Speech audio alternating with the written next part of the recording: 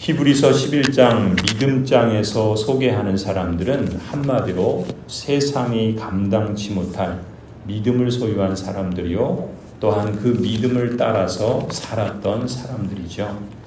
32절부터 38절까지 보시면 이렇게 기록합니다. 내가 무슨 말을 더하겠습니까? 기드온, 바락, 삼손, 입다, 다윗, 사무엘, 그리고 예언자들의 일을 말하려면 시간이 모자랄 것입니다. 그들은 믿음으로 나라들을 정복하고 정의를 실천하고 약속된 것을 받고 사자의 입을 막고 불의 위력을 꺾고 칼날을 피하고 약한 데서 강해지고 전쟁에서 용맹을 떨치고 외국 군대를 물리쳤습니다. 믿음으로 여자들은 죽었다가 부활한 가족을 다시 맞이하였습니다. 여기서 소개되는 사람들을 우리가 구체적으로 살피면 이런 것들이죠. 믿음으로 사사들은 하나님의 백성을 압제하던 나라들과 싸워서 이겼습니다.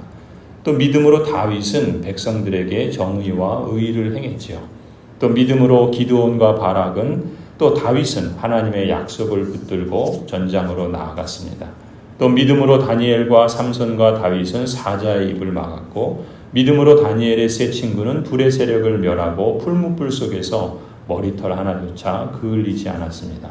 믿음으로 다윗과 엘리야와 엘리사는 대적의 칼날을 피해서 도망자 생활을 견뎌냈고, 믿음으로 흠 많고 연약한 사자들과 소외된 막내이자 목동이었던 다윗은 하나님이 내리신 능력과 용맹으로 대적의 진을 격파했습니다. 또 믿음으로 사렙다 과부와 수넴 여인은 죽은 아들이 부활하는 기적을 경험하기도 했습니다. 또 35절에 이어지는 말씀이 이렇게 말하죠. 또 어떤 이들은 고문을 당하면서도 더 좋은 부활의 삶을 얻고자 하여 구태여 거기서 노연하기를 바라지 않았습니다. 또 어떤 이들은 조롱을 받기도 하고 채찍으로 맞기도 하고 심지어는 결박을 당하기도 하고 감옥에 갇히기까지 하면서 시련을 겪었습니다. 또 그들은 돌을 맞기도 하고 톱질을 당하기도 하고 칼에 맞아 죽기도 하였습니다. 그들은 궁핍을 당하며 고난을 겪으며 학대를 받으면서 양과 염소의 가죽을 입고 떠돌았습니다. 세상은 이런 사람들을 받아들일 만한 곳이 못 되었습니다. 그래서 그들은 광야와 산과 동굴과 땅굴을 헤매며 다녔습니다. 가령 엘리야는 이세벨의 보복을 피했지만 다른 선지자들은 그의 칼로 죽임을 당하게 되죠. 또 예레미야는 여호야김의 칼을 피했지만 우리아는 죽임을 당합니다. 이처럼 상상할 수 없는 환난과 고난 중에 있었음에도 불구하고 언약에 신실하신 하나님에 대한 지식과 또 그 신뢰에 기초한 구체적인 순종 가운데 행동했던 이 믿음의 사람들, 이들은 이 세상의 기준으로 볼 때는 실패한 사람처럼 보입니다. 무력하게 그렇게 쓰러져간 사람들처럼 보입니다. 하지만 하나님의 기준으로 볼 때 이들이야말로 진정한 승리한 사람들이다, 이렇게 말씀하고 있는 것이죠. 믿음의 사람들은 결과에 구애됨이 없이 그들에게 주신 하나님의 길과 뜻에 순종한 사람들입니다. 하나님 앞에서의 승리의 삶, 성공의 삶은 이 세상이 평가하는 그 결과에 구애받지 않습니다. 그것이 바로 믿음의 사람들이요, 그러한 허다한 믿음의 증인들이 우리 앞에 산 증인들로 살아냈던 것이죠.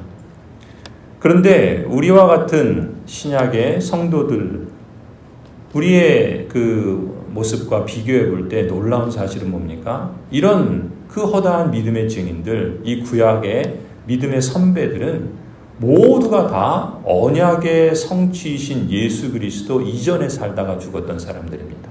그래서 39절에 이렇게 말하죠. 이 사람들은 모두 믿음으로 말미암아 훌륭한 사람이라는 평판은 받았지만 뭐는 못 받았습니까? 약속된 것을 받지는 못했습니다. 여기서 약속된 것은 누굴 말하겠어요? 예수 그리스도시죠. 약속된 것을 내다보면서 그것을 바라보면서 소망의 삶을 살았습니다. 그러나 정작 그들의 생애에 약속된 그 메시아 그리스도를 직접 만나지는 못했죠. 다시 말해서 하나님의 약속이 성취되기 전에 살았기 때문에 이러한 약속의 실체이신 예수 그리스도를 눈으로 보지 못하였음에도 불구하고 오직 믿음으로, 다시 말해서 보이지 않는 그 하나님을 마치 보는 것처럼 증거를 받았고 그러한 믿음으로 살았다는 것이죠. 이것이 그들이 믿음으로 승리할 수 있었던 비결이라면 비결이라고 할 수 있는 것입니다.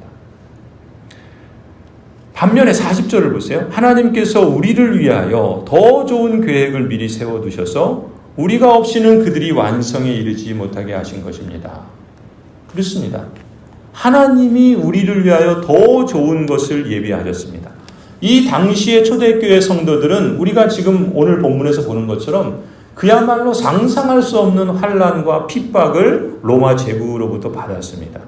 그리고 또 교회 안에도 유대교 그리스도인들 가운데 이제 다시금 유대교로 돌아가려고 하는 그런 사람들이 없지 않았습니다. 이렇게 안팎으로 환난과 어려움을 겪고 있는 그런 형편에 있는 성도들이었지만 뭐라고 말씀합니까?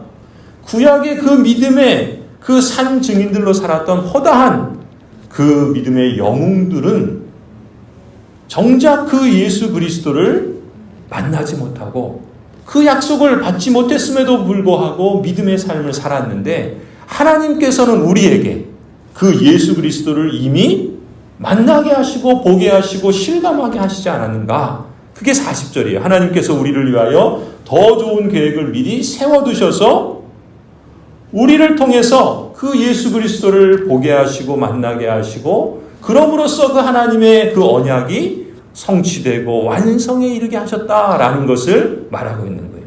그런 점에서 신약의 성도들은 바로 그 언약의 성취이신 예수 그리스도를 만난 사람 아니냐? 그 언약의 약속의 성취를 경험한 사람이 아니냐? 그러니 우리에게 더 좋은 계획을 하나님께서 세워두셔서 성취하신 그런 존재가 바로 우리다라는 것을 말하고 있는 것이죠.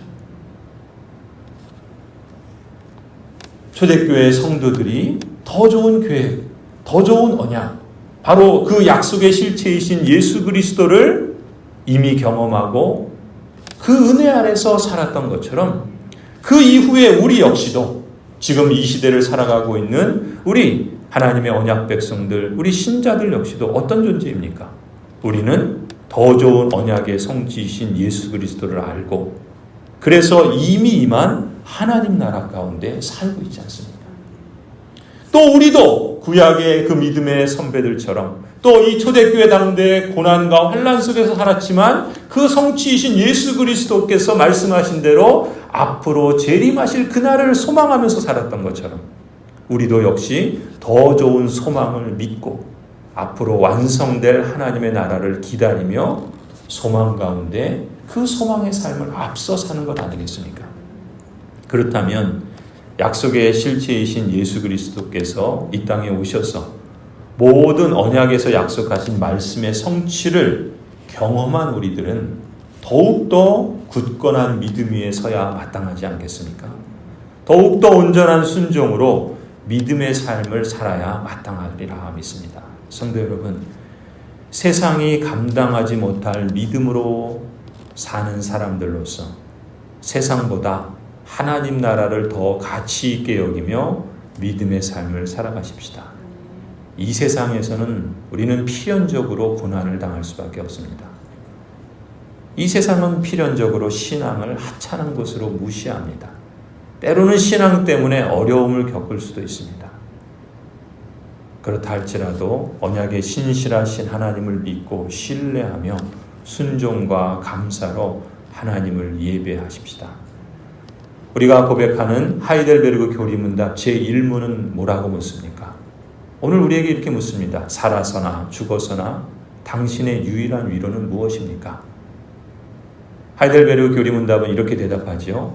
살아서나 죽어서나 나는 나의 것이 아니요 나의 몸도 나의 영혼도 나의 신실한 구주 예수 그리스도의 것입니다. 그리스도께서는 그의 보혈로 나의 모든 죄값을 완전히 치러주셨고 나를 마귀의 모든 권세에서 해방하셨습니다.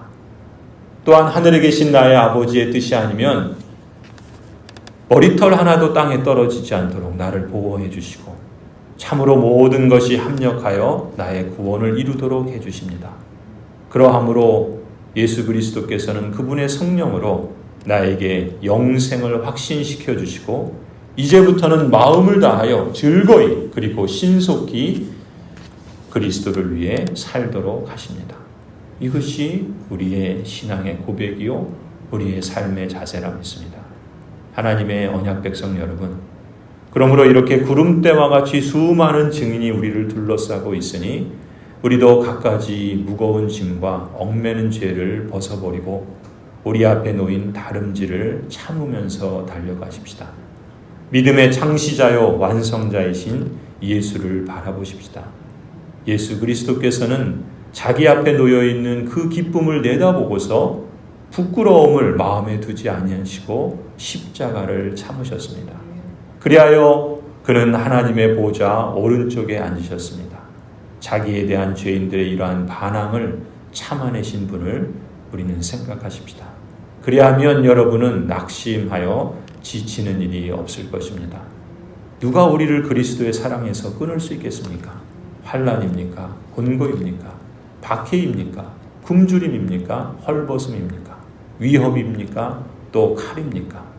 나는 확신합니다. 죽음도 삶도 천사들도 권세자들도 현재일도 장래일도 능력도 높음도 깊음도 그 밖에 어떤 피조물도 우리를 우리 주 예수 그리스도 안에 있는 하나님의 사랑에서 끊을 수 없습니다. 사랑하는 성도 여러분, 우리를 사랑하시고 은혜로 영원한 위로와 선한 소망을 주시는 하나님 우리 아버지와 우리 주 예수 그리스도께서 친히 여러분의 마음을 격려해 주시고 모든 선한 일과 말에 굳세게 해 주시기를 간절히 축원합니다. 기도하시겠습니다.